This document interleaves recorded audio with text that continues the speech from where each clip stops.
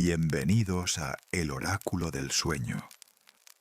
En la quietud de esta noche, cuando el velo entre mundos se adelgaza y las sombras susurran secretos ancestrales, te invito a emprender un viaje extraordinario hacia el corazón de una civilización milenaria.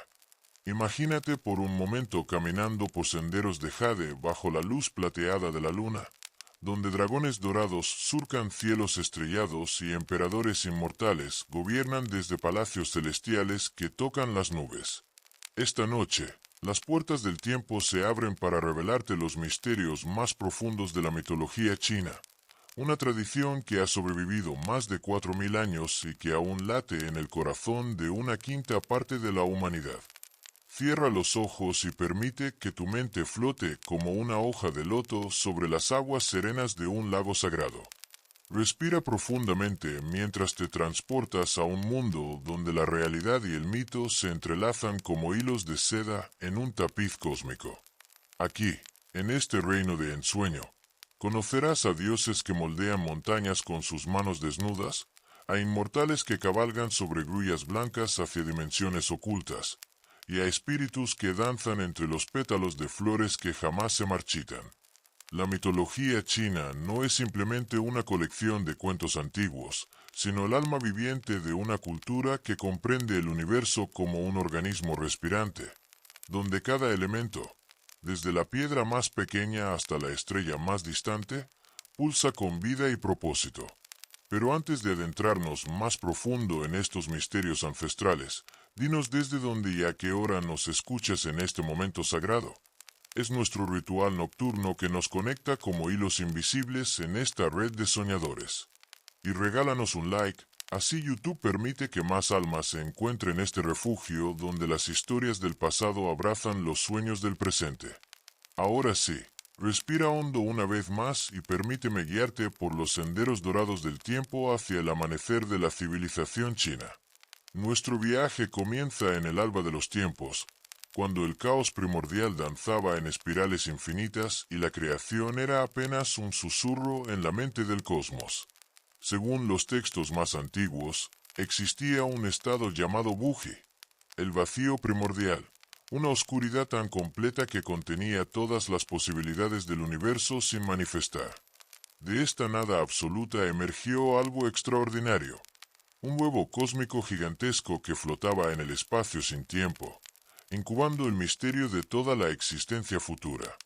Durante 18.000 años, este huevo permaneció en perfecta quietud, mientras en su interior crecía una fuerza que cambiaría para siempre el rostro de la realidad. Dentro de este huevo cósmico dormía Pangu, el primer ser consciente, el arquitecto primordial del universo tal como lo conocemos. Su cuerpo era tan vasto como galaxias enteras, y su respiración movía océanos de energía pura que aún no tenían forma. Cuando finalmente despertó de su sueño de milenios, Pangu se encontró aprisionado en la oscuridad del huevo. Con una fuerza que haría temblar las estrellas aún no nacidas, rompió la cáscara cósmica usando un hacha legendaria forjada de su propia voluntad. La parte superior del huevo se elevó para formar el cielo, mientras la inferior se asentó para crear la tierra. Pero Pangu comprendió que si se relajaba, ambos volverían a fusionarse en el caos original. Durante otros 18.000 años, Pangu permaneció erguido entre el cielo y la tierra, empujando el firmamento hacia arriba con sus manos mientras pisaba firmemente el suelo con sus pies descalzos. Cada día crecía 3 metros más alto, separando aún más los dos dominios para asegurar que nunca volvieran a unirse en la oscuridad primordial. Su sacrificio fue absoluto y consciente, pues sabía que su vigilia eterna era el precio de la existencia misma. Cuando finalmente murió de agotamiento, su cuerpo se transformó en todo lo que existe. Su respiración se convirtió en el viento y las nubes, su voz en el trueno, sus ojos en el sol y la luna, sus brazos y piernas en las 4 direcciones del mundo, su carne en la tierra fértil, su sangre en los ríos que nutren la vida, sus cabellos en las estrellas que salpican la noche, y su sudor en las lluvias que bendicen los campos. Pero la obra de Pangu no fue el final, sino el principio de una sinfonía cósmica aún más compleja. De la médula de sus huesos nacieron dragones primordiales, criaturas de sabiduría infinita que se convirtieron en los guardianes de los elementos fundamentales. Estos dragones no eran las bestias destructivas de otras tradiciones, sino manifestaciones conscientes del poder creativo del universo. Su forma serpentina simbolizaba el movimiento perpetuo de la energía vital que animaba a toda la creación, mientras que su capacidad de volar representaba la trascendencia sobre las limitaciones terrestres. Cada dragón primordial controlaba aspectos específicos de la realidad. Algunos gobernaban las corrientes oceánicas que regulaban el clima global, otros dirigían el flujo de energía telúrica que mantenía la estabilidad geológica. Otros más supervisaban los vientos que transportaban semillas, polen y las influencias sutiles que conectaban ecosistemas distantes. De las lágrimas que Pangu derramó durante su vigilia surgieron los primeros espíritus de la naturaleza, seres etéreos que aprendieron a danzar entre las hojas de los árboles y a susurrar secretos al viento de la madrugada.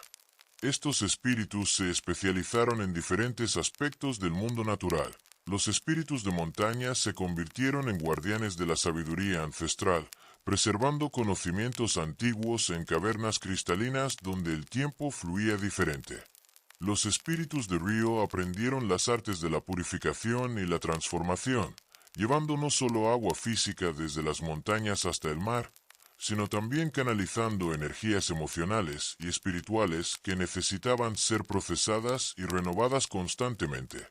Los espíritus de bosque se convirtieron en maestros del crecimiento y la interconexión, comprendiendo cómo cada árbol, cada planta, cada animal contribuía al equilibrio dinámico que mantenía la vida floreciente. Y de su último aliento nació algo aún más extraordinario, la esencia que más tarde se manifestaría como los primeros dioses y diosas, los arquitectos conscientes de la civilización que estaba por venir. Esta esencia divina se fragmentó en múltiples aspectos, cada uno destinado a supervisar diferentes facetas de la evolución cósmica. Algunos aspectos se especializaron en la creación y nutrición de la vida consciente, otros en el mantenimiento de las leyes naturales que aseguraban el funcionamiento ordenado del universo, otros en la guía espiritual de los seres que eventualmente desarrollarían la capacidad de cuestionar su propia existencia y buscar significado más allá de la supervivencia básica. En este mundo recién formado, donde las montañas aún humeaban de su nacimiento y los océanos apenas comenzaban a encontrar sus orillas, emergió una figura que cambiaría para siempre el destino de la Tierra. Nuba, la diosa madre, la escultora de almas. Su forma era mitad serpiente, mitad mujer, simbolizando la perfecta unión entre la sabiduría primordial terrestre representada por la serpiente y la creatividad consciente representada por la forma humana. Su belleza era tan radiante que las flores se abrían a su paso y los animales salvajes se acercaban confiados a beber de la luz que emanaba de su presencia. Pero esta belleza no era superficial. Era la manifestación externa de una perfección interior que abarcaba compasión infinita, sabiduría cósmica y poder creativo ilimitado. Nuba caminaba sola por este mundo prístino, admirando la obra de Pangu pero sintiendo un vacío profundo en su corazón inmortal. Había plantas que mecían sus hojas al viento en danzas de una gracia sobrenatural, animales que corrían libres por las praderas en perfecta armonía con los ritmos naturales, ríos que cantaban melodías cristalinas que resonaban con las frecuencias fundamentales del cosmos, pero faltaba algo esencial. No había seres que pudieran contemplar la belleza del mundo con ojos conscientes, que pudieran crear belleza a partir de la belleza, que pudieran amar y ser amados con la intensidad que hace que la existencia trascienda la mera supervivencia para convertirse en celebración y exploración de posibilidades infinitas. Un día, mientras paseaba por la orilla de un río que reflejaba perfectamente el cielo dorado del atardecer, Nuba se vio reflejada en las aguas tranquilas. En ese momento de contemplación profunda, comprendió que era lo que faltaba en el mundo: compañía consciente, seres capaces de pensar, sentir y crear como ella misma, pero que también poseyeran la fragilidad y mortalidad que les permitiría experimentar la urgencia que da valor a cada momento. Se arrodilló junto al río y tomó arcilla amarilla de sus orillas, la misma arcilla que había absorbido la esencia vital del cuerpo transformado de Pangu y que por tanto contenía la potencia de toda la creación. Con sus manos divinas comenzó a moldear pequeñas figuras, esculpiendo con infinito cuidado cada detalle. Ojos que pudieran ver no solo la superficie de las cosas, sino también su belleza intrínseca. Oídos que pudieran escuchar no solo sonidos, sino también la música del universo. Manos que pudieran crear y abrazar con igual destreza. Corazones capaces de amar con una intensidad que transformara tanto al amante como al amado. Mentes capaces de cuestionar, soñar y imaginar realidades que aún no existían, pero que podrían ser traídas a la existencia a través de voluntad enfocada y acción persistente. Cuando terminó la primera figura, sopló sobre ella su aliento divino, y la arcilla cobró vida, convirtiéndose en el primer ser humano. Este momento de animación fue más que un simple acto de creación. Fue una transferencia de capacidades divinas a una forma mortal, creando por primera vez en el universo la posibilidad de que un ser finito participara conscientemente en los procesos creativos infinitos que mantenían la existencia. El primer humano abrió sus ojos y vio a Nuba,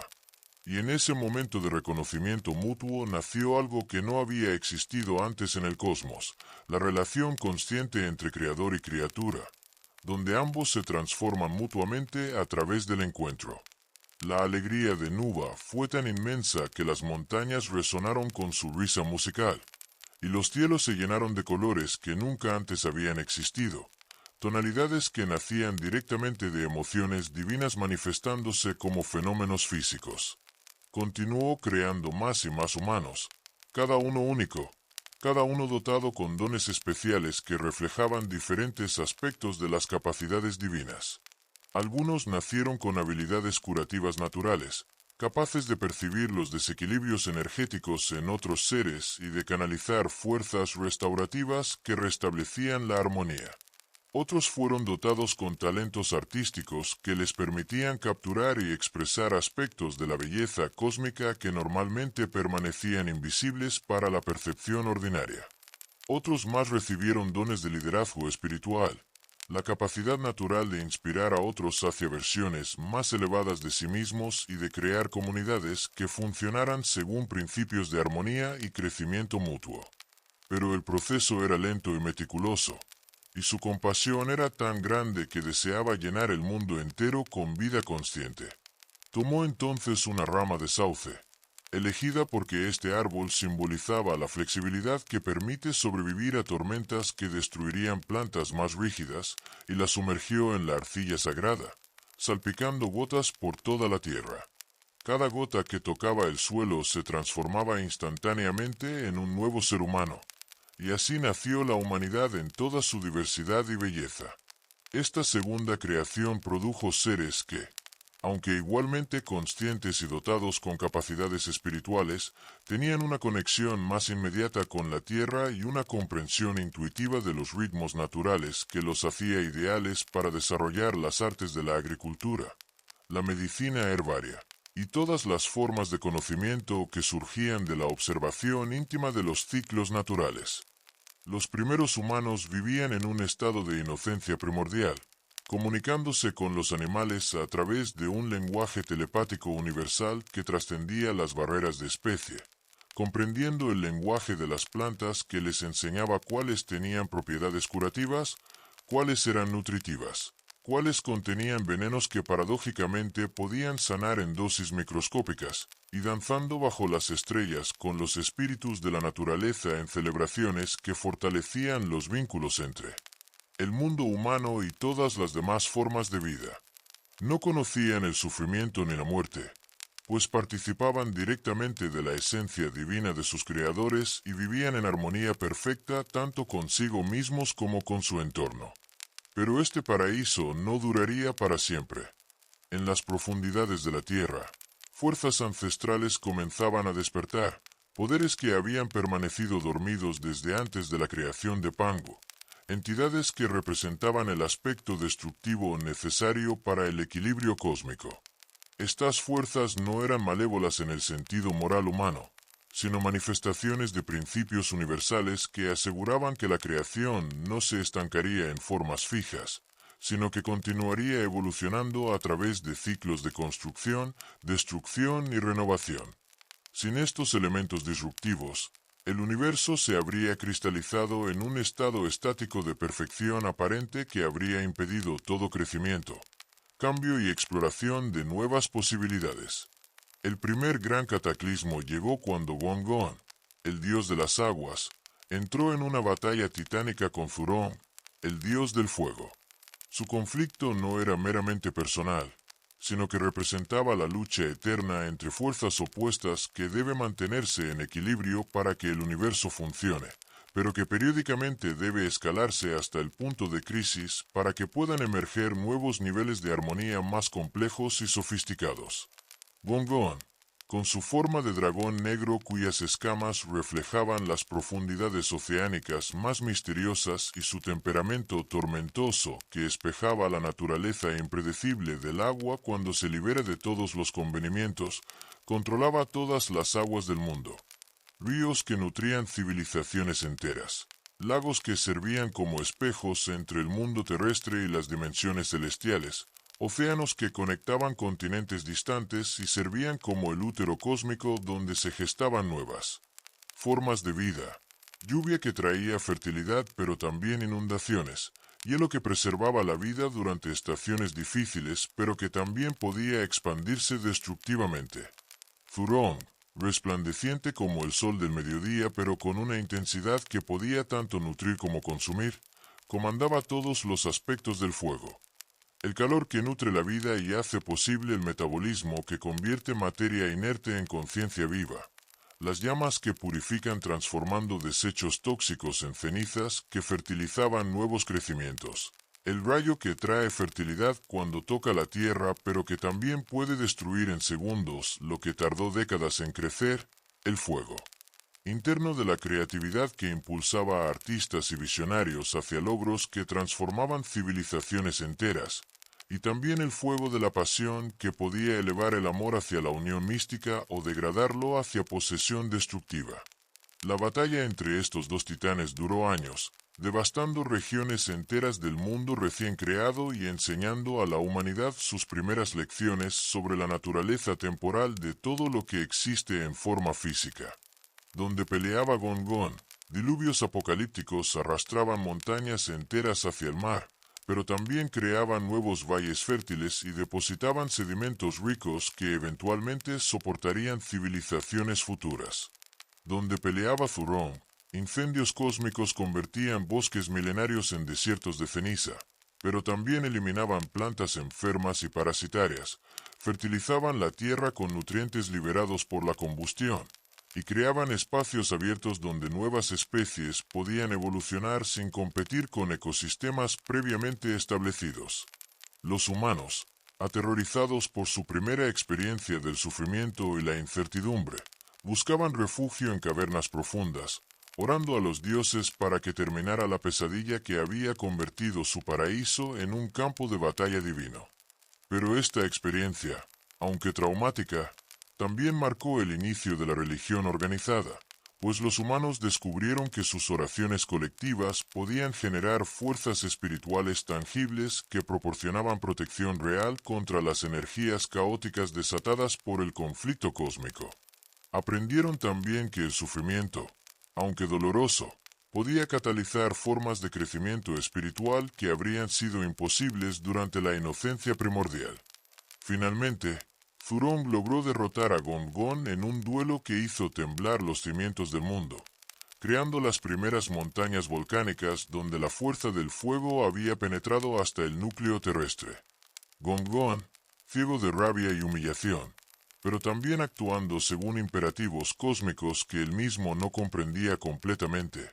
decidió en su furia destructiva embestir contra el monte Buzhou, una de las columnas cósmicas que sostenían el cielo, sabiendo que su acción tendría consecuencias irreversibles que cambiarían permanentemente la estructura fundamental de la realidad. El impacto fue catastrófico más allá de toda comprensión mortal. La montaña sagrada se hizo pedazos, liberando energías que habían estado contenidas desde el momento de la creación y creando una grieta en el cielo por la cual comenzaron a derramarse torrentes de fuego celestial y agua cósmica que no obedecían las leyes físicas normales. La Tierra se inclinó hacia el sureste, alterando permanentemente la topografía global y creando los valles y elevaciones que conocemos hoy, pero también estableciendo nuevos patrones de flujo energético que favorecerían el desarrollo de civilizaciones en ciertas regiones específicas. Los ríos cambiaron su curso, fluyendo hacia el este en lugar de mantener su dirección original, pero encontrando en el proceso nuevos caminos que conectarían culturas previamente aisladas y facilitarían intercambios que enriquecerían la experiencia humana.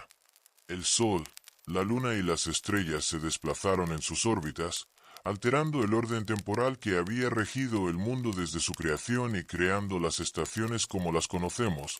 con sus ritmos de crecimiento y descanso, abundancia y escasez, expansión y contracción que enseñarían a la humanidad la sabiduría de la paciencia, la preparación y la apreciación de la belleza transitoria. Criaturas monstruosas, liberadas de prisiones dimensionales por el caos, comenzaron a aterrorizar a la humanidad, pero también forzaron el desarrollo de las virtudes del coraje, la cooperación y la innovación tecnológica que habrían permanecido dormidas durante una existencia paradisíaca sin desafíos. El mundo estaba al borde de regresar al caos primordial, pero esta crisis también representaba una oportunidad evolutiva sin precedentes. Los humanos que sobrevivieron aprendieron a adaptarse a condiciones hostiles, desarrollando capacidades físicas y mentales que los transformaron en seres más resilientes. Más importante aún, la experiencia compartida del sufrimiento creó vínculos de solidaridad que trascendían las diferencias tribales y establecieron los fundamentos de la ética universal basada en la compasión mutua. Nuba, viendo el sufrimiento de sus hijos humanos y comprendiendo que esta crisis era tanto una amenaza como una oportunidad para una evolución sin precedentes, emprendió la tarea más heroica jamás intentada por una divinidad.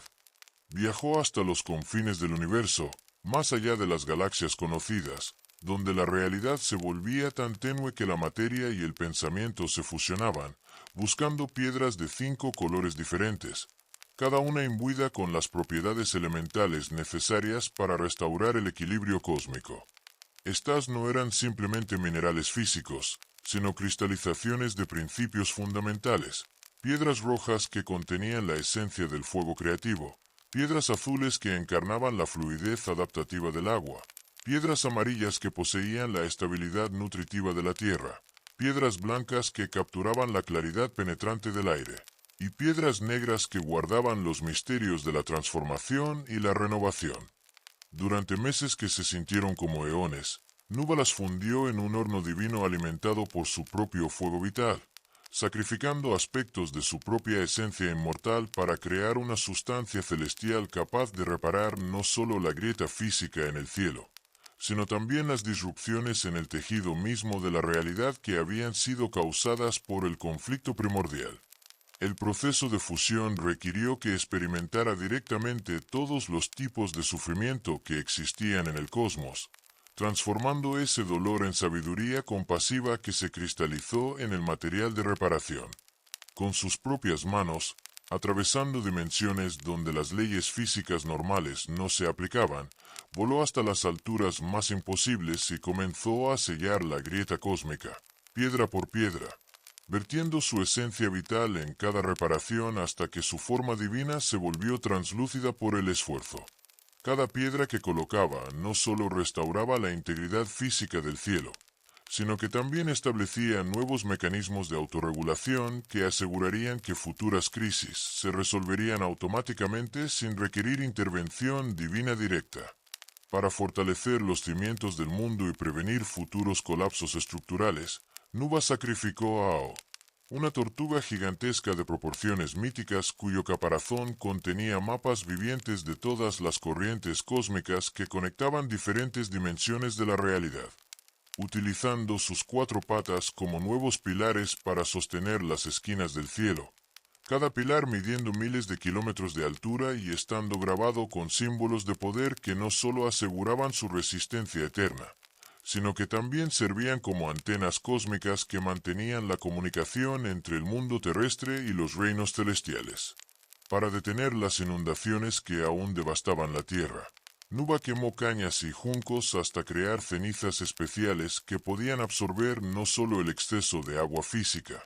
sino también las energías emocionales caóticas que habían sido liberadas durante la crisis, devolviendo gradualmente la estabilidad al ciclo natural del mundo y al equilibrio psicológico de los seres conscientes que habían sobrevivido al cataclismo.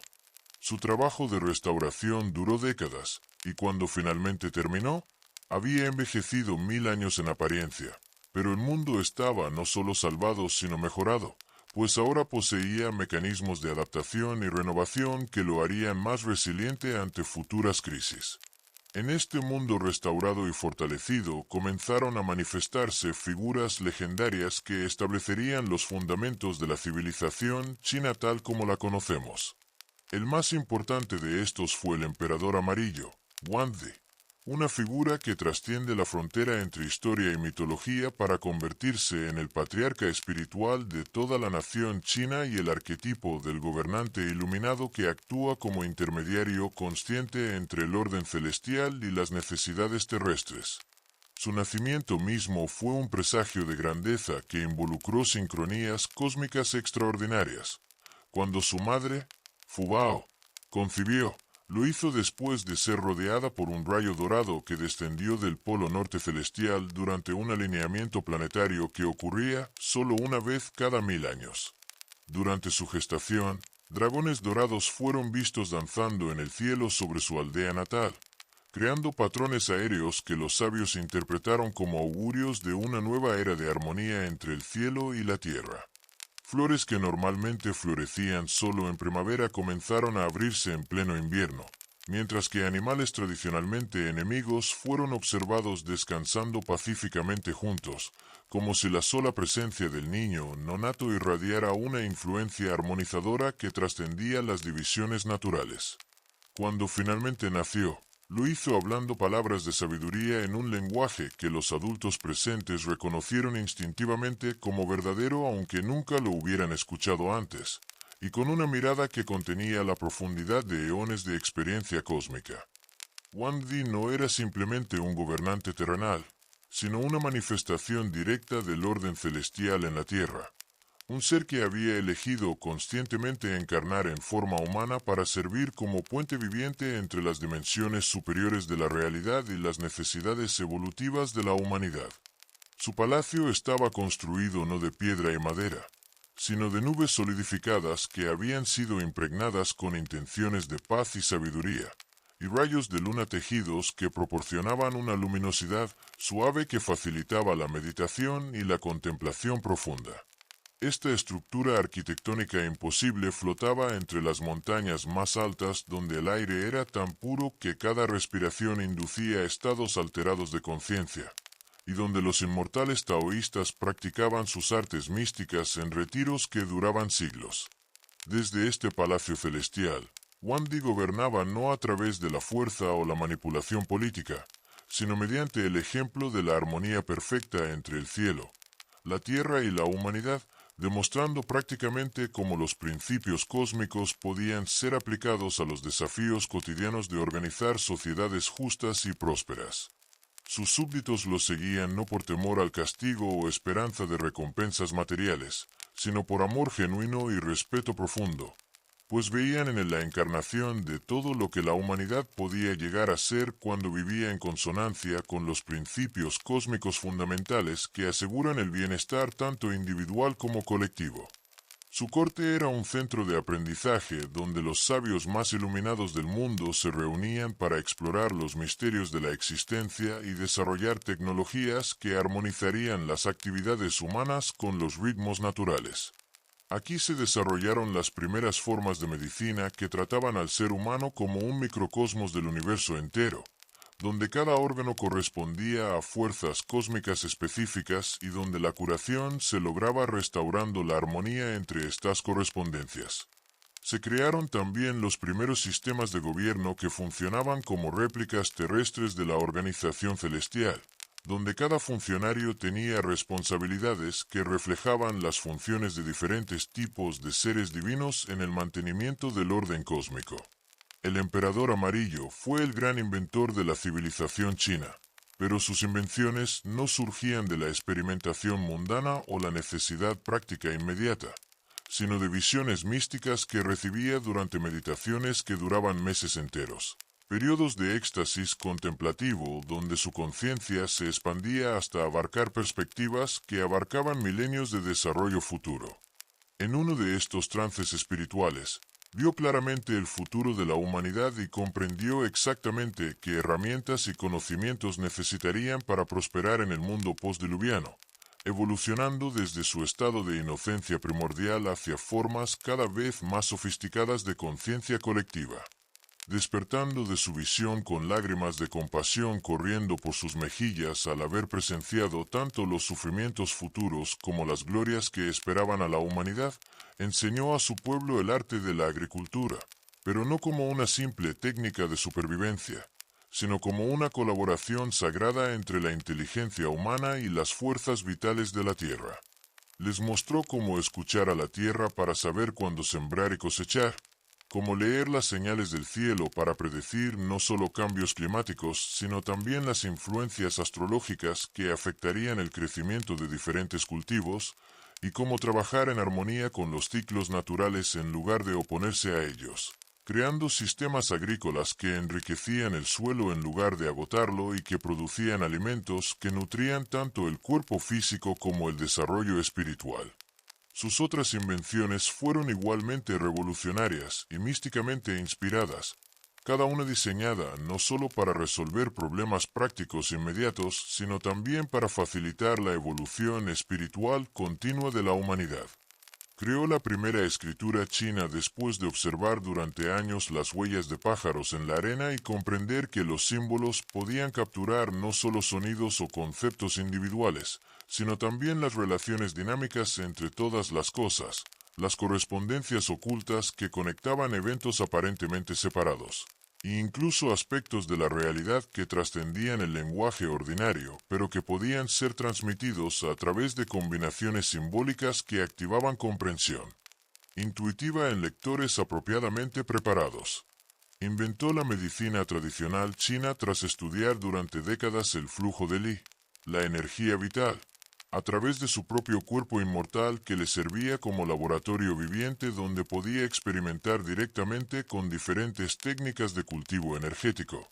y a través de los cuerpos de sus súbditos que se ofrecían voluntariamente como sujetos de investigación, sabiendo que su participación contribuía al desarrollo de conocimientos que beneficiarían a innumerables generaciones futuras. Mapeó meticulosamente los meridianos energéticos que conectan cada órgano con las fuerzas cósmicas correspondientes, descubriendo que el cuerpo humano era literalmente un universo en miniatura donde cada proceso fisiológico reflejaba principios que operaban también a nivel galáctico. Desarrolló las artes marciales observando no solo los movimientos externos de los animales sagrados, sino también los patrones energéticos internos que los animaban. Comprendió cómo cada criatura encarnaba un aspecto diferente del poder universal y cómo estos diferentes aspectos podían ser integrados en sistemas de movimiento que transformarían tanto el cuerpo físico como la conciencia del practicante. Sus artes marciales no eran técnicas de combate, sino métodos de meditación en movimiento que alineaban al practicante con fuerzas naturales específicas y desarrollaban capacidades que trascendían las limitaciones físicas ordinarias.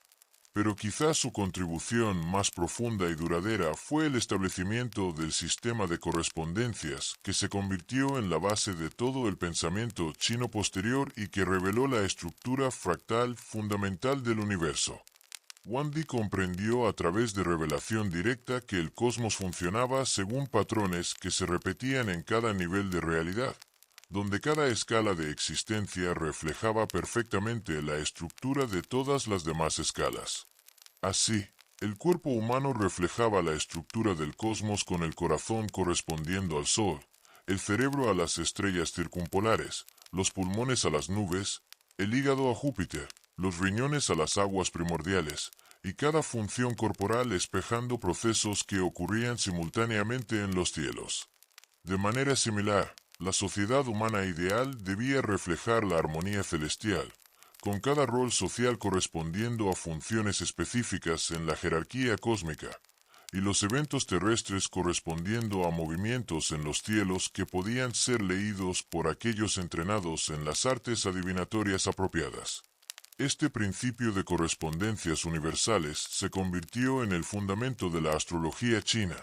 donde las posiciones planetarias no simplemente influían en los asuntos humanos, sino que los reflejaban según leyes de resonancia simpática que operaban a través de todas las dimensiones de la realidad. La medicina tradicional china desarrollada por Wang Di operaba según estos mismos principios, tratando enfermedades no como malfuncionamientos mecánicos aislados, sino como disrupciones en los patrones de correspondencia que conectaban el organismo individual con los ciclos cósmicos más amplios. Un dolor de cabeza podía ser tratado efectivamente trabajando con puntos en los pies porque ambas áreas del cuerpo correspondían a la misma región del mapa energético celestial. Un desequilibrio emocional podía ser corregido ajustando la dieta porque diferentes alimentos resonaban con diferentes planetas y por tanto podían realinear el sistema energético interno del paciente con influencias cósmicas específicas. La geomancia del Feng Shui emergió naturalmente de esta comprensión, proporcionando métodos precisos para organizar espacios físicos de maneras que optimizaran el flujo de energías beneficiosas y minimizaran las influencias disruptivas.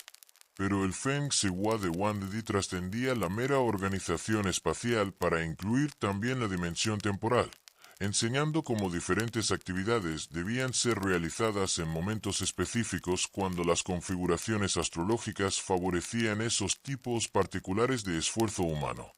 Toda la filosofía que desarrollaría la cultura china en los milenios siguientes se basó en estos principios fundamentales de correspondencia y resonancia universal establecidos por el emperador amarillo. El concepto del yin y yang como fuerzas complementarias que se equilibraban mutuamente encontró su primera expresión sistemática en sus enseñanzas sobre cómo aparentes opuestos eran en realidad aspectos interdependientes de unidades más amplias. El día necesitaba la noche para tener significado. El calor requería el frío como contraste para poder ser experimentado conscientemente. La vida adquiría preciosidad a través de la conciencia de la mortalidad, y la sabiduría emergía del equilibrio dinámico entre conocimiento y humildad. El emperador amarillo también estableció el concepto revolucionario del mandato del cielo, la idea de que los gobernantes legítimos reciben su autoridad directamente de las fuerzas cósmicas a través de procesos de selección natural espiritual que trascienden completamente la herencia biológica o la conquista militar, pero que esta autoridad divina puede ser retirada automáticamente si el gobernante deja de actuar en armonía con los principios celestiales que aseguran el bienestar colectivo. Este concepto se convirtió en una fuerza revolucionaria en la historia china, legitimando rebeliones contra tiranos que habían perdido la conexión con su función cósmica, mientras establecía estándares éticos imposibles de ignorar para todos los que aspiraban al poder político. Según esta doctrina transformadora, fenómenos naturales como terremotos que alteraban la topografía, eclipses que oscurecían temporalmente las luminarias celestiales, inundaciones que cambiaban el curso de ríos históricos, o sequías que amenazaban la supervivencia de poblaciones enteras, eran señales objetivas de que el orden cósmico había sido perturbado por la mala conducta de los gobernantes, creando un sistema de responsabilidad espiritual que trascendía cualquier ley humana y que hacía imposible para los dictadores mantener poder a través de la fuerza bruta cuando habían perdido la legitimidad cósmica. Los discípulos más cercanos del emperador amarillo se convirtieron en figuras legendarias por derecho propio, cada uno desarrollando aspectos específicos de las enseñanzas del maestro hasta convertirse en avatares de principios universales particulares. Kanjie, su historiador oficial y el inventor de la escritura china sistemática, desarrolló el sistema de caracteres después de que un demonio llorara durante 4 días y 4 noches al darse cuenta de que la escritura revelaría todos los secretos del universo que habían sido mantenidos en misterio desde el inicio de los tiempos, terminando con la era de conocimiento puramente oral y permitiendo la transmisión precisa de sabiduría a través de generaciones sin la degradación inevitable que afecta a las tradiciones orales. Kanjie no simplemente inventó símbolos arbitrarios para representar sonidos o conceptos, sino que desarrolló un sistema donde cada carácter capturaba aspectos esenciales de aquello que representaba, donde la forma visual del símbolo resonaba simpáticamente con la realidad subyacente que simbolizaba. Así, el carácter para montaña evocaba la estabilidad vertical que conecta tierra y cielo. El carácter para agua capturaba la fluidez que se adapta a cualquier container mientras mantiene su naturaleza esencial. Y el carácter para fuego sugería tanto la forma danzante de las llamas como su capacidad transformativa que convierte una sustancia en otra. La esposa del emperador amarillo, Lei Zhu, descubrió la seda cuando un capullo de gusano de seda cayó en su té durante una ceremonia matutina de meditación, y al desenredarlo con curiosidad reveló fibras tan finas que parecían rayos de luna solidificados, tan fuertes que podían sostener pesos considerables sin romperse, y tan hermosas que rivalizaban con cualquier creación divina previamente conocida. Esta fue la primera vez que los humanos pudieron crear algo que no solo satisfacía necesidades prácticas, sino que también elevaba el espíritu a través de su belleza pura, estableciendo el precedente para todas las artes decorativas futuras que combinarían funcionalidad con inspiración estética. Pero Lei Zhu comprendió que la seda era más que un simple material textil. Era una manifestación física del principio de transformación consciente que permite que formas de vida aparentemente simples evolucionen hacia expresiones de belleza y utilidad trascendentes. El proceso a través del cual orugas ordinarias se transformaban en capullos y luego en mariposas que podían volar se convirtió en una metáfora central para el desarrollo espiritual humano, donde estados de conciencia aparentemente limitados podían ser transformados a través de procesos alquímicos internos en capacidades que trascendían completamente las limitaciones previas. La sericultura que Lei Zhu desarrolló no era simplemente una técnica agrícola, sino un sistema completo de cultivo espiritual que utilizaba el cuidado de gusanos de seda como meditación práctica. Quienes trabajaban con la seda debían desarrollar paciencia extrema, sensibilidad sutil para detectar las necesidades de criaturas que no podían comunicarse verbalmente, y una comprensión íntima de los procesos de transformación que operaban tanto en el nivel físico como en dimensiones más sutiles de la realidad. Maestros sericultores eventualmente desarrollaban habilidades intuitivas que les permitían percibir las condiciones internas de sus gusanos, predecir problemas antes de que se manifestaran físicamente, e incluso comunicarse telepáticamente con las criaturas bajo su cuidado. Otros discípulos del emperador amarillo se especializaron en diferentes aspectos de la civilización emergente. Algunos desarrollaron las artes culinarias hasta niveles que transformaban la nutrición física en medicina preventiva, creando combinaciones de alimentos que no solo satisfacían el hambre, sino que también equilibraban las energías internas del comensal, según su constitución individual y las influencias astrológicas prevalentes durante diferentes épocas del año. Otros se dedicaron al desarrollo de la música, comprendiendo que diferentes tonos y ritmos podían inducir estados de conciencia específicos que facilitaban varios tipos de trabajo espiritual, desde la meditación profunda hasta la curación de traumas emocionales. Los arquitectos entre sus seguidores desarrollaron principios de construcción que aseguraban que los edificios funcionaran como instrumentos de armonización energética, canalizando fuerzas telúricas beneficiosas hacia arriba mientras que simultáneamente atraían influencias celestiales hacia abajo, creando espacios donde los habitantes experimentaban naturalmente mayor claridad mental, estabilidad emocional y conexión espiritual. Sus diseños incorporaban proporciones matemáticas que reflejaban las mismas relaciones numéricas que gobernaban el movimiento planetario, la resonancia musical y el crecimiento de plantas, asegurando que los ocupantes de estos edificios vivieran en resonancia armónica con múltiples niveles de orden cósmico. La era del emperador amarillo llegó a su fin no con su muerte, pues como ser realizado había trascendido la mortalidad ordinaria, sino con su ascensión consciente a la inmortalidad plena que le permitiría servir a la humanidad desde dimensiones superiores de la realidad. Después de gobernar durante 100 años terrestres, que equivalían a un solo día en el tiempo celestial, según las medidas utilizadas por los inmortales, Wandi sintió que su misión directa en la Tierra estaba completa. Los fundamentos de la civilización habían sido establecidos con suficiente solidez para autoperpetuarse y evolucionar, y la humanidad estaba lista para continuar su desarrollo sin su guía física constante.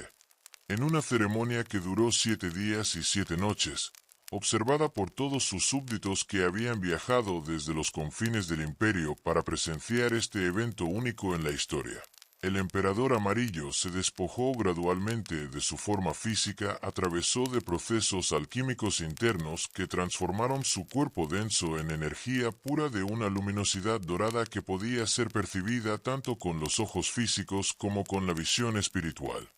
No desapareció súbitamente, sino que se volvió progresivamente más translúcido y radiante hasta que finalmente ascendió hacia el cielo montado en un dragón celestial que había descendido específicamente para llevarlo a su nueva morada en las dimensiones inmortales. Pero antes de partir para siempre del reino terrenal, Wandi hizo una promesa solemne que resonaría a través de todos los siglos futuros. Regresaría cuando la humanidad enfrentara su crisis más profunda, cuando el equilibrio entre el cielo y la tierra estuviera tan perturbado que amenazara con destruir no solo la civilización china, sino toda forma de vida consciente en el planeta. Hasta ese momento, permanecería en su palacio celestial, observando con compasión infinita a sus descendientes espirituales y enviando ocasionalmente inmortales taoístas al mundo para guiar discretamente a aquellos individuos que estuvieran listos para recibir enseñanzas superiores que acelerarían su desarrollo evolutivo personal y los prepararían para servir como catalizadores de transformación colectiva. La ascensión del emperador amarillo marcó el comienzo de una nueva era en la mitología china. Una era dominada por la comprensión de que la realidad funciona simultáneamente en múltiples niveles de complejidad creciente, cada uno con sus propias leyes, pero todos interconectados a través de principios de correspondencia y resonancia universal. El mundo físico, visible y tangible, era sólo la superficie de una realidad mucho más profunda y compleja que se extendía a través de dimensiones que la percepción humana ordinaria no podía detectar directamente, pero que influían constantemente en todos los aspectos de la experiencia cotidiana. Debajo del mundo físico existía el reino de los espíritus ancestrales, una dimensión donde las almas de los muertos continuaban existiendo en formas sutiles que les permitían influir en los asuntos de los vivos a través de una red compleja de obligaciones kármicas, honores familiares y venganzas que debían ser resueltas a través de múltiples generaciones hasta que todas las deudas emocionales y espirituales fueran saldadas satisfactoriamente. Este reino no era un lugar fijo en el espacio, sino más bien un estado de existencia que interpretaba el mundo físico, volviéndose más tangible durante ciertos periodos del año cuando el velo entre dimensiones se adelgazaba naturalmente. Por encima del mundo físico se extendía el reino celestial, hogar de los inmortales y los dioses, organizados en una burocracia espiritual que reflejaba y guiaba la organización de los imperios terrestres, pero que operaba según principios de justicia perfecta y eficiencia cósmica que trascendían las limitaciones de cualquier sistema político humano. En este reino, cada función administrativa correspondía a aspectos específicos del mantenimiento del orden universal, desde la regulación de patrones climáticos hasta la supervisión del desarrollo espiritual de especies enteras a través de eones de evolución. En el corazón de esta cosmología multicapa residía el concepto del emperador de Jade, Yu Huang, el supremo gobernante de todos los cielos y árbitro final de todos los destinos que afectaban tanto a seres individuales como a civilizaciones enteras. Su palacio, construido de jade puro que había cristalizado durante millones de años bajo la presión concentrada de oraciones sinceras ofrecidas por innumerables devotos, se alzaba en el centro exacto del cielo, desde donde podía observar simultáneamente todos los mundos, todas las dimensiones, todos los tiempos posibles, y todos los futuros potenciales que podrían manifestarse dependiendo de las elecciones que los seres conscientes hicieran momento a momento. El emperador de Jade no había llegado a esta posición suprema por herencia divina o conquista militar,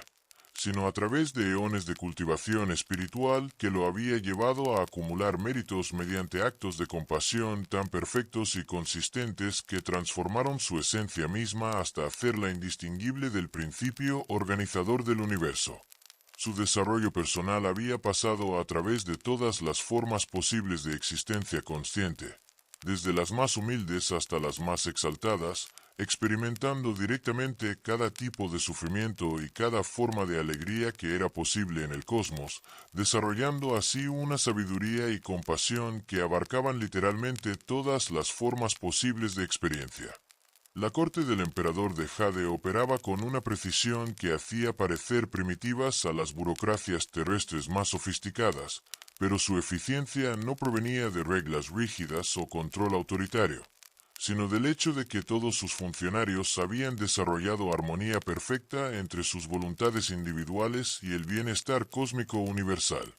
Cada departamento celestial tenía jurisdicción sobre aspectos específicos de la realidad, pero todos cooperaban espontáneamente porque habían trascendido los conflictos de interés que surgen de perspectivas limitadas y motivaciones egoístas. El Ministerio del Tiempo controlaba el flujo temporal y las sincronías significativas que conectaban eventos aparentemente separados en patrones de significado que revelaban la estructura inteligente subyacente del cosmos. Sus funcionarios podían acelerar o retardar procesos específicos cuando el equilibrio cósmico lo requería, asegurando que desarrollos importantes ocurrieran en el momento óptimo para maximizar beneficios y minimizar disrupciones innecesarias. También supervisaban los fenómenos de déjà vu, premoniciones, y todas las formas de percepción temporal expandida que ocasionalmente experimentaban mortales particularmente sensibles. El Departamento de Justicia Kármica mantenía registros detallados de todas las acciones buenas y malvadas realizadas por cada ser consciente, pero no como un sistema de contabilidad mecánico, sino como mapas vivientes del desarrollo espiritual que revelaban exactamente qué experiencias necesitaba cada alma para continuar su evolución hacia estados superiores de conciencia. Sus archivos no eran libros físicos, sino cristales multidimensionales que contenían la historia completa de cada alma, incluyendo no solo acciones externas, sino también motivaciones internas, consecuencias no intencionadas, y el potencial futuro que cada individuo podía alcanzar bajo diferentes circunstancias. La Oficina de Reencarnaciones supervisaba el proceso increíblemente complejo de muerte, juicio, purificación y renacimiento que determinaba el destino de cada alma después de abandonar su cuerpo físico. Pero sus decisiones no eran sentencias impuestas externamente, sino más bien facilitaciones de elecciones que las almas mismas hacían cuando habían desarrollado suficiente claridad para comprender qué experiencias les serían más beneficiosas para su crecimiento continuo. El proceso de reencarnación era completamente personalizado, con cada alma consultando extensivamente con guías espirituales sabios antes de elegir las circunstancias específicas de su próxima encarnación. Millones de funcionarios celestiales, desde dragones ancianos cuya sabiduría abarcaba eones de experiencia cósmica hasta fenices inmortales que se especializaban en procesos de renovación y transformación, trabajaban en perfecta coordinación para mantener el funcionamiento armonioso del cosmos. Sus tareas incluían todo desde la regulación de corrientes oceánicas que afectaban patrones climáticos globales hasta la inspiración de individuos específicos que estaban listos para hacer contribuciones importantes al desarrollo cultural o espiritual de sus comunidades. Pero el emperador de Jade, A pesar de su poder supremo que se extendía a través de múltiples universos y dimensiones de realidad, no gobernaba como un tirano celestial que impusiera su voluntad arbitraria sobre súbditos pasivos, sino como el principio de armonía personificado, cuya naturaleza esencial era facilitar la evolución armoniosa de toda la existencia consciente hacia estados cada vez más elevados de realización y beatitud. Sus decretos no eran órdenes arbitrarias basadas en preferencias personales, sino expresiones de las leyes naturales fundamentales que mantenían la existencia misma, principios cósmicos que operaban tan automáticamente como la gravedad, pero con una inteligencia que aseguraba resultados que maximizaban el bienestar universal. Cuando el emperador de Jade intervenía directamente en los asuntos terrenales, lo hacía siempre para restaurar equilibrios que habían sido perturbados por acciones que violaban la armonía natural, nunca para imponer cambios que satisficieran deseos personales o que favorecieran grupos particulares a expensas de otros. Su sabiduría era tan vasta que podía ver instantáneamente las consecuencias completas de cada acción a través de innumerables generaciones futuras, comprendiendo cómo aparentes beneficios a corto plazo podrían crear problemas a largo plazo, o cómo sufrimientos temporales podrían ser exactamente lo necesario para catalizar desarrollos que eventualmente producirían bienestar duradero. Su compasión era tan profunda que sufría personalmente por cada momento de dolor experimentado por cualquier ser consciente en cualquier parte del cosmos, pero esta compasión estaba balanceada por una sabiduría que comprendía que ciertos tipos de sufrimiento eran inevitables e incluso necesarios para el crecimiento espiritual, y que intervenir prematuramente para aliviar dificultades temporales podría privar a las almas de oportunidades cruciales para desarrollar fuerza, sabiduría y compasión, que sólo podían emerger atravesó la experiencia directa de desafíos superados a través de esfuerzo consciente. Si acabas de llegar al oráculo del sueño, escribe tu ciudad y la hora, nuestro ritual que conecta soñadores del mundo entero. Los inmortales taoístas, conocidos como Xian, formaban una categoría especial de seres que habían logrado trascender las limitaciones de la mortalidad física a través de prácticas espirituales tan perfectas y sostenidas que transformaron su naturaleza fundamental desde lo temporal hacia lo eterno, desde lo limitado hacia lo ilimitado, desde lo mortal hacia lo que participa directamente en los procesos regenerativos infinitos del cosmos mismo. No eran dioses en el sentido de haber nacido con poderes sobrenaturales o de pertenecer a especies inherentemente superiores, sino humanos ordinarios que habían alcanzado la inmortalidad mediante la alquimia interna, la meditación profunda que disolvía la separación entre el meditador y el objeto de meditación, y la armonización completa con el Tao, el principio fundamental inefable que subyace y trasciende toda manifestación sin ser reducible a cualquier forma particular. Los Xian vivían en montañas sagradas donde las energías telúricas se concentraban de maneras que facilitaban estados alterados de conciencia, en islas flotantes que existían parcialmente fuera del espacio-tiempo ordinario, y en dimensiones paralelas que ocupaban el mismo espacio que el mundo físico, pero que vibraban en frecuencias que las hacían normalmente imperceptibles para la conciencia humana ordinaria. En estos reinos, el tiempo fluía diferente, permitiendo que periodos de siglos pasaran como días, y la belleza natural había alcanzado una perfección que superaba cualquier cosa posible en el mundo ordinario, pues estaba directamente moldeada por conciencias que habían trascendido todas las limitaciones y distorsiones que normalmente afectan la percepción. Sus moradas eran ecosistemas imposibles donde plantas crecían directamente de cristales luminosos, donde el agua fluía hacia arriba formando cascadas invertidas que se perdían en nubes que contenían jardines flotantes, donde animales que habían sido enemigos naturales en el mundo ordinario vivían en armonía perfecta porque habían sido tocados por la influencia pacificadora de sus habitantes inmortales. La música de estos lugares surgía espontáneamente del viento que pasaba, atravesó formaciones rocosas esculpidas por la naturaleza en formas que funcionaban como instrumentos musicales cósmicos, creando sinfonías que inducían éxtasis espiritual en cualquier visitante lo suficientemente purificado para percibirlas.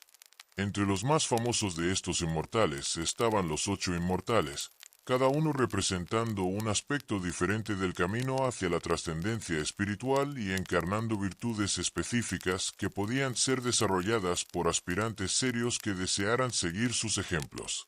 Estos 8 seres no solo habían alcanzado la inmortalidad personal, sino que se habían dedicado completamente al servicio de la humanidad,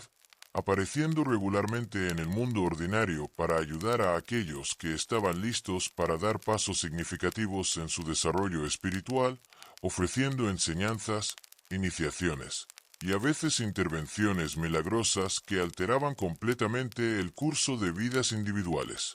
Li Tie-Wai, el mendigo de la muleta de hierro, había alcanzado la inmortalidad a través de la comprensión profunda del sufrimiento y la compasión que surge naturalmente cuando se comprende visceralmente la interconexión fundamental de todos los seres conscientes.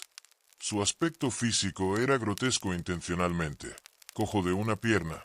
con una cara marcada por enfermedades, sucio, vestido con harapos que un mendigo ordinario rechazaría. Pero esta apariencia deliberadamente repulsiva servía para enseñar que la belleza verdadera era interior y que juzgar a otros basándose en apariencias externas impedía el reconocimiento de tesoros espirituales que podrían estar ocultos en las formas más inesperadas. Su calabaza medicinal, aparentemente un simple container de barro agrietado, contenía remedios que podían curar cualquier enfermedad física, mental o espiritual, pero que solo funcionaban para aquellos que se acercaban a él con humildad genuina y compasión hacia su aparente miseria.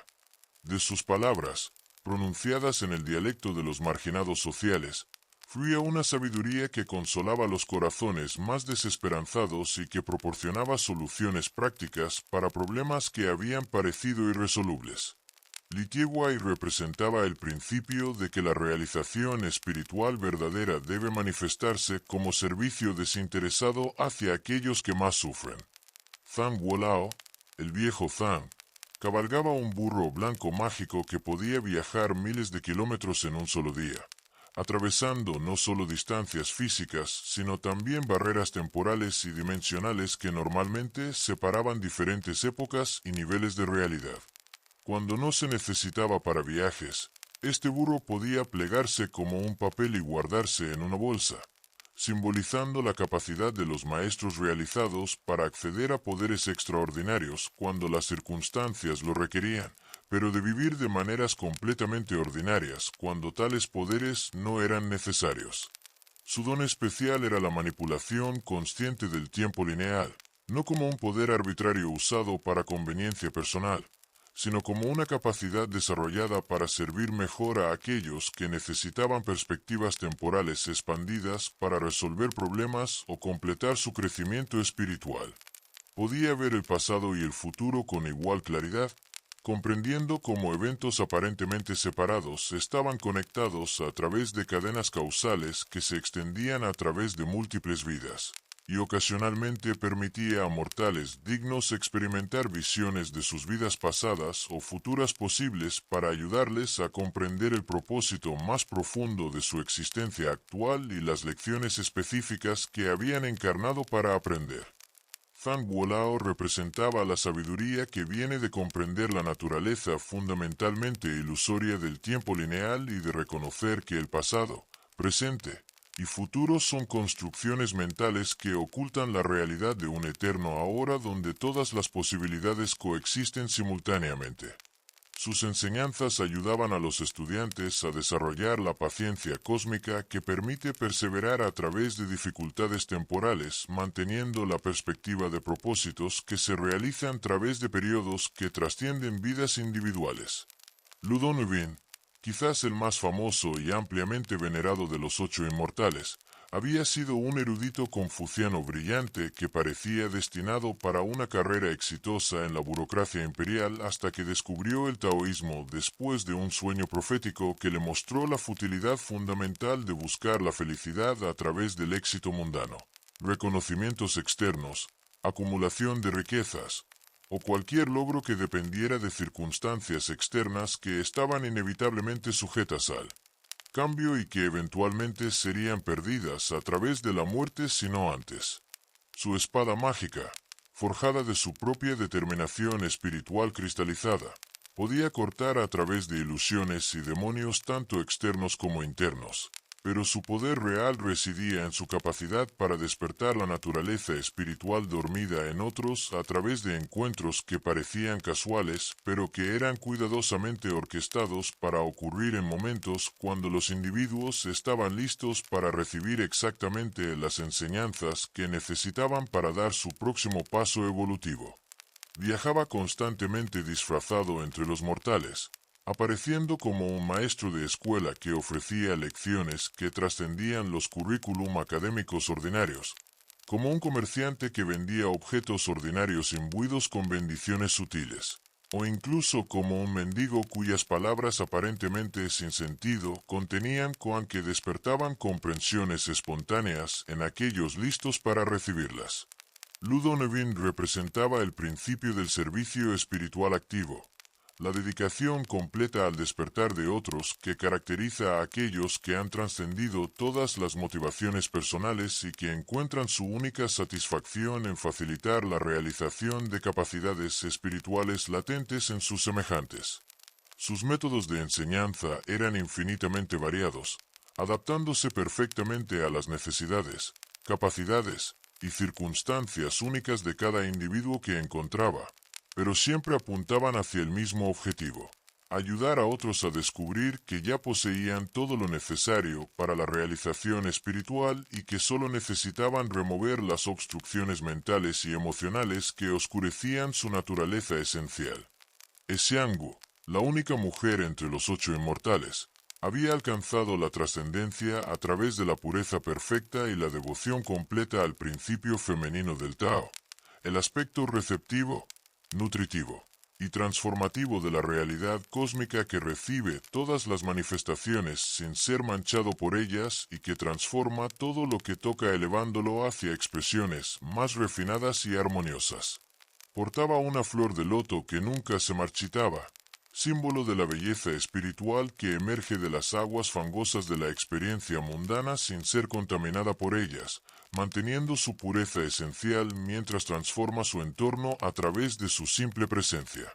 Su especialidad era ayudar a las mujeres que sufrían, especialmente aquellas atrapadas en matrimonios infelices donde su crecimiento personal era impedido por parejas que las veían como propiedad en lugar de como seres conscientes dignos de respeto y apoyo, y aquellas que luchaban con la esterilidad física o creativa que les impedía expresar su potencial maternal o artístico. Xianggu ofrecía no solo consuelo emocional, sino transformaciones reales que podían cambiar completamente el curso de sus vidas, ya fueran curaciones físicas que restauraban la fertilidad, intervenciones sutiles que suavizaban los corazones de esposos abusivos, o aperturas de oportunidades inesperadas que permitían escapar de situaciones opresivas y encontrar contextos donde podían florecer plenamente. Representaba la sabiduría femenina que comprende que la verdadera fuerza viene de la flexibilidad, que la influencia más poderosa es a menudo la más sutil,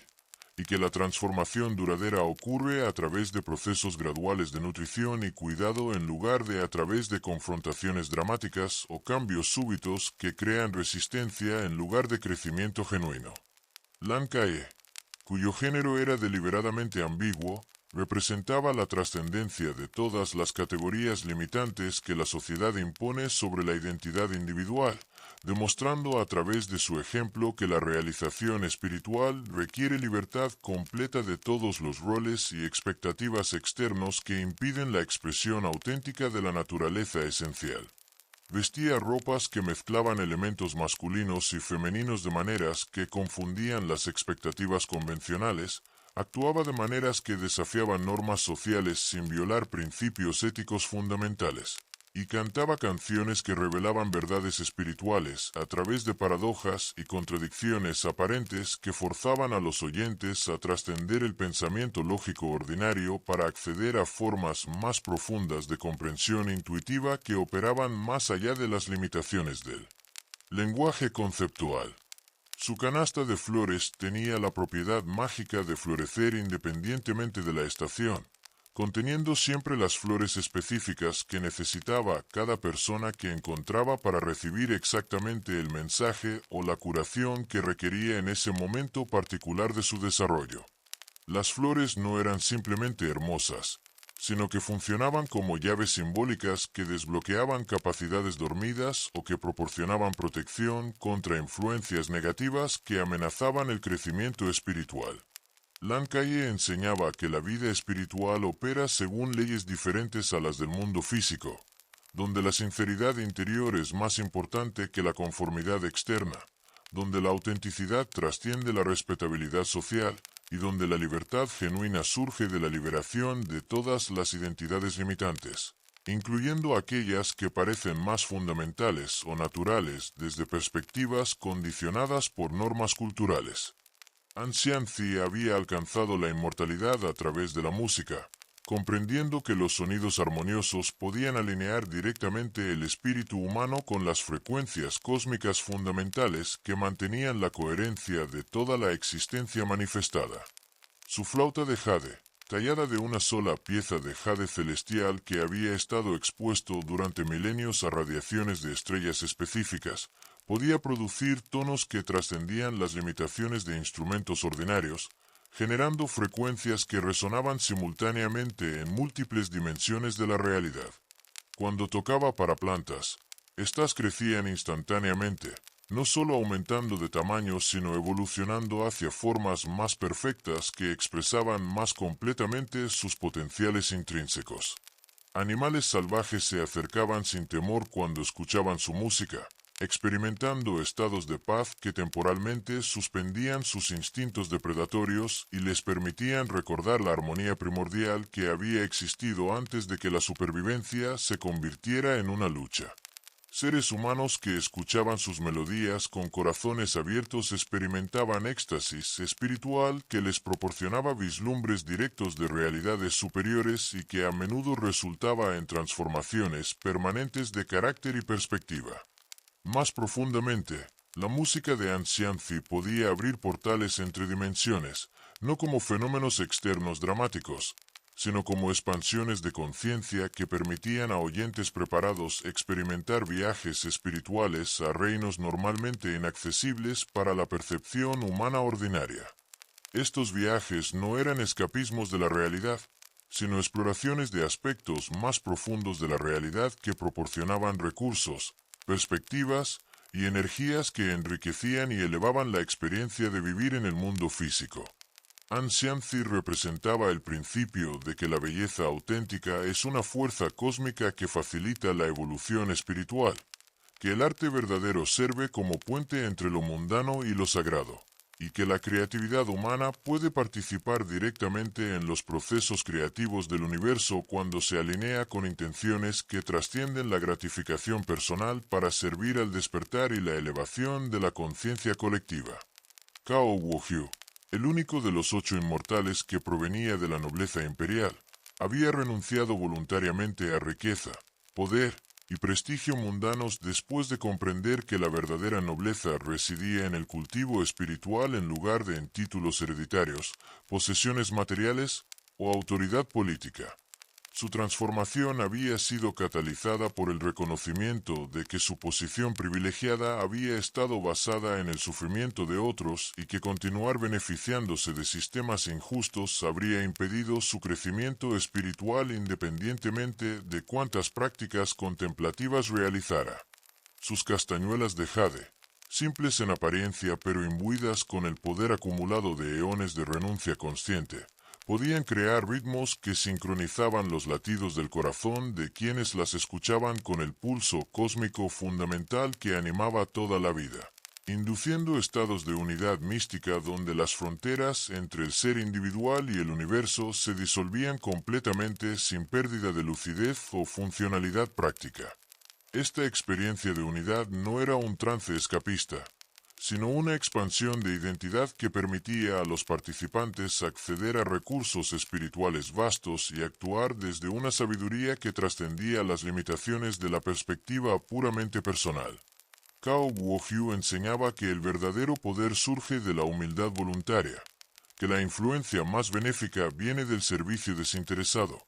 y que aquellos que han tenido privilegios tienen responsabilidades especiales de usar sus ventajas para beneficiar a aquellos que han tenido menos oportunidades, transformando sistemas de desigualdad en estructuras que facilitan el crecimiento y la realización para todos los participantes.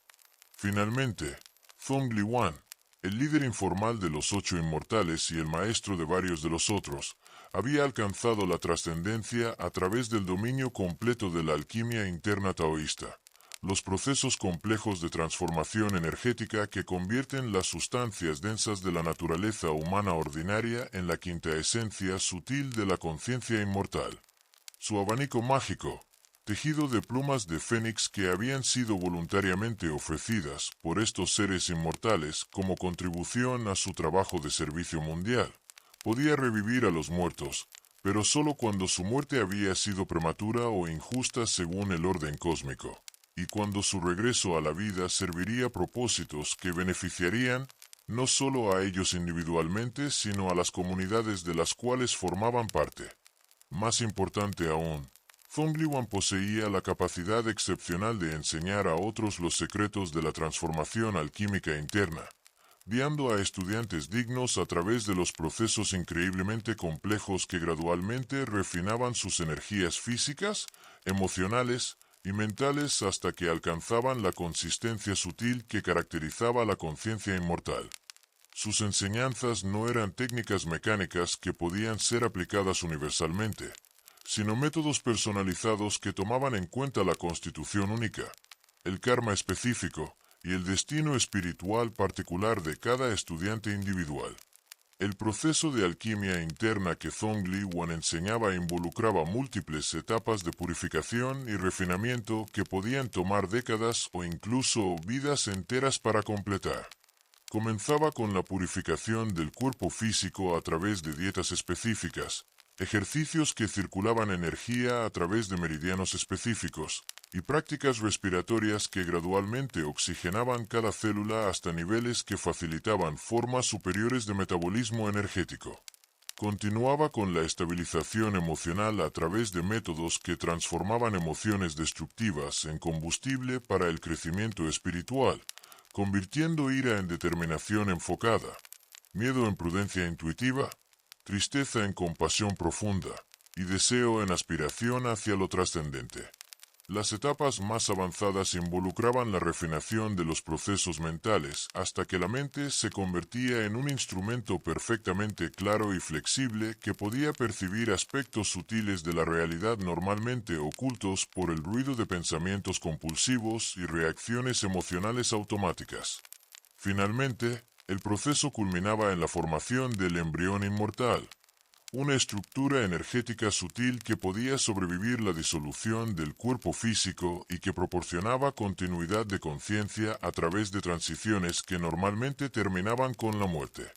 Estos 8 inmortales no vivían vidas de ocio celestial o contemplación pasiva, sino que se dedicaban activamente e incansablemente a ayudar a la humanidad, apareciendo regularmente en momentos de crisis personal o colectiva para ofrecer exactamente el tipo de ayuda que era más necesaria, ya fuera ayuda práctica que resolvía problemas inmediatos, enseñanzas que proporcionaban perspectivas que transformaban problemas aparentemente irresolubles en oportunidades de crecimiento, o simplemente la esperanza que surge de saber que existen seres que han trascendido completamente las limitaciones que parecen absolutas desde la perspectiva humana ordinaria. Sus aventuras, contadas en innumerables historias que han sido transmitidas oralmente y preservadas en textos durante milenios, servían como mapas espirituales detallados para aquellos que aspiraban a seguir el camino hacia la inmortalidad. Estas historias no eran entretenimiento fantasioso, sino manuales de instrucción práctica disfrazados como narrativas para hacer las enseñanzas memeables y transmisibles a través de culturas con niveles variados de sofisticación educativa. Cada aventura de los 8 inmortales ilustraba principios específicos del desarrollo espiritual, como reconocer oportunidades para el crecimiento que se disfrazaban como problemas o inconvenientes, como transformar obstáculos aparentes en peldaños hacia realizaciones superiores, como distinguir entre deseos genuinos del alma y apegos egoístas que impedían el progreso, como desarrollar las virtudes específicas necesarias para trascender limitaciones particulares, y cómo servir a otros de maneras que simultáneamente facilitaban el propio desarrollo espiritual. Pero el reino celestial no consistía únicamente en inmortales taoístas y burócratas celestiales benevolentes. En sus niveles más profundos y misteriosos habitaban criaturas de poder y sabiduría que desafiaban toda categorización humana, seres cuya naturaleza era tan fundamentalmente diferente de cualquier cosa experimentada en el mundo ordinario que sólo podían ser descritos a través de símbolos y metáforas que sugerían aspectos de su realidad sin pretender capturar su esencia completa. Los dragones chinos, Lon, eran fundamentalmente diferentes de los dragones de otras mitologías mundiales. No eran criaturas destructivas que acumulaban tesoros materiales y aterrorizaban poblaciones humanas por crueldad o avaricia, sino manifestaciones conscientes y benévolas de las fuerzas naturales más beneficiosas y esenciales para la vida.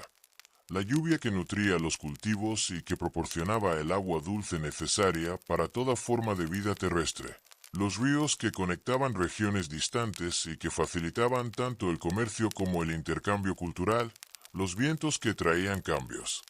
estacionales necesarios para la renovación cíclica de ecosistemas, y las corrientes oceánicas que moderaban el clima global y que distribuían nutrientes marinos esenciales para la fertilidad de los océanos. Su forma serpentina simbolizaba la naturaleza ondulatoria de la energía vital que se movía a través de todos los fenómenos naturales, mientras que su capacidad de volar representaba su capacidad de trascender las limitaciones físicas ordinarias y operar simultáneamente en múltiples niveles de realidad. Sus cuerpos largos y flexibles podían extenderse a través de vastas distancias, conectando simbólicamente regiones geográficas distantes y también facilitando comunicación entre diferentes dimensiones de la existencia. El Dragon Rey del Este controlaba las lluvias primaverales y los vientos que traían el renacimiento después del periodo de dormancia invernal, supervisando no solo fenómenos meteorológicos, sino también los procesos psicológicos y espirituales de renovación que permitían a los seres conscientes emerger de periodos difíciles con energía renovada y perspectivas expandidas. Su palacio, construido de coral viviente en las profundidades del Mar del Este, estaba rodeado de jardines submarinos donde crecían plantas que existían simultáneamente en el agua y en el aire, creando ecosistemas imposibles que demostraban la capacidad de la conciencia para trascender las limitaciones que parecen absolutas desde perspectivas condicionadas por la experiencia ordinaria. Estas plantas acuáticas aéreas producían flores de belleza sobrenatural que cambiaban de color según las emociones de aquellos que las contemplaban, sirviendo como espejos vivientes que revelaban estados internos que normalmente permanecían ocultos incluso para la propia introspección. Frutas que crecían en estas plantas contenían esencias que podían curar no solo enfermedades físicas, sino también traumas emocionales profundos y bloqueos espirituales que habían persistido a través de múltiples encarnaciones. Cuando el Dragon Rey del Este se manifestaba en su forma completa, su cuerpo se extendía por millas, con escamas que reflejaban todos los colores del espectro visible y algunos que no podían ser percibidos por ojos mortales, pero que influían sutilmente en estados de ánimo y niveles de conciencia de aquellos que se encontraban en su presencia. Su respiración creaba microclimas que favorecían el crecimiento de plantas específicas necesarias para equilibrar ecosistemas perturbados, y su movimiento a través del agua generaba corrientes que distribuían semillas, polen y otros elementos necesarios para la fertilización cruzada entre especies que normalmente no podrían reproducirse. El Dragon Rey del Sur reinaba sobre los fuegos beneficiosos del verano, las tormentas eléctricas que fertilizaban la Tierra con nitrógeno atmosférico y que proporcionaban la electricidad natural necesaria para ciertos procesos biológicos esenciales, y la energía solar que maduraba las cosechas y que proporcionaba la energía fundamental que alimentaba todos los procesos vitales en el planeta. Su dominio incluía no solo los aspectos físicos del calor, sino también las pasiones creativas que impulsan el arte, la música, la poesía, y todas las formas de expresión que añaden belleza y significado a la experiencia humana. Su jurisdicción se extendía también a las emociones ardientes que motivan el amor romántico cuando se expresan de maneras que elevan a ambos participantes, la indignación justa que impulsa reformas sociales necesarias, y el entusiasmo que permite perseverar a través de obstáculos que derrotarían a aquellos motivados solo por consideraciones racionales. Supervisaba el fuego de la Kundalini que despertaba capacidades espirituales dormidas, el fuego digestivo que transformaba alimentos en energía vital,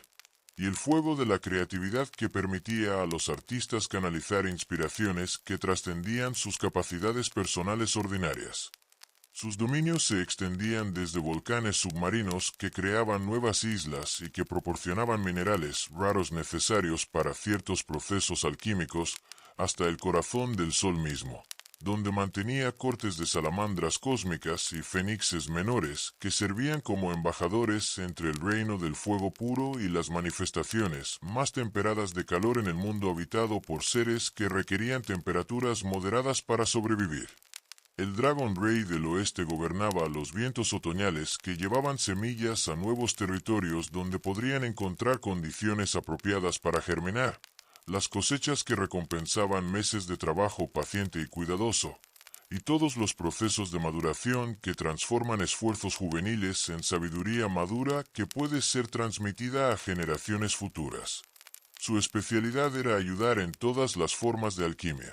La transformación literal de metales básicos en oro pentru aquellos que habían dominado los procesos físicos correspondientes, la destilación de plantas medicinales en elixires curativos que concentraban propiedades terapéuticas en formas más potentes y duraderas, y más esotéricamente, la transmutación de emociones ordinarias en sabiduría espiritual que enriquecía permanentemente el carácter del alquimista. Su palacio, ubicado en las montañas más altas del oeste donde el sol se ponía cada noche en ceremonias que renovaban diariamente el ciclo cósmico de muerte y renacimiento, estaba construido de cristales que habían absorbido milenios de luz solar y que continuaban irradiando una luminosidad dorada incluso en la oscuridad más profunda. Estos cristales servían como bibliotecas vivientes que almacenaban conocimientos acumulados a través de eones, accesibles a aquellos que habían desarrollado las capacidades perceptivas necesarias para leer información guardada en patrones de luz cristalizada. El Dragon Rey del Norte era el señor del invierno, la hibernación, y todos los procesos de interiorización que permiten la conservación de energía para futuras expansiones creativas, supervisando no solo el frío físico que preserva la vida a través de la suspensión de actividades metabólicas, sino también los estados psicológicos de reflexión profunda, meditación contemplativa, y todas las formas de recogimiento interno que facilitan la integración de experiencias pasadas y la preparación para ciclos futuros de actividad externa. Su reino incluía las profundidades de la tierra donde germinan las semillas durante el invierno, acumulando energía vital en la oscuridad hasta estar listas para emerger con la llegada de la primavera.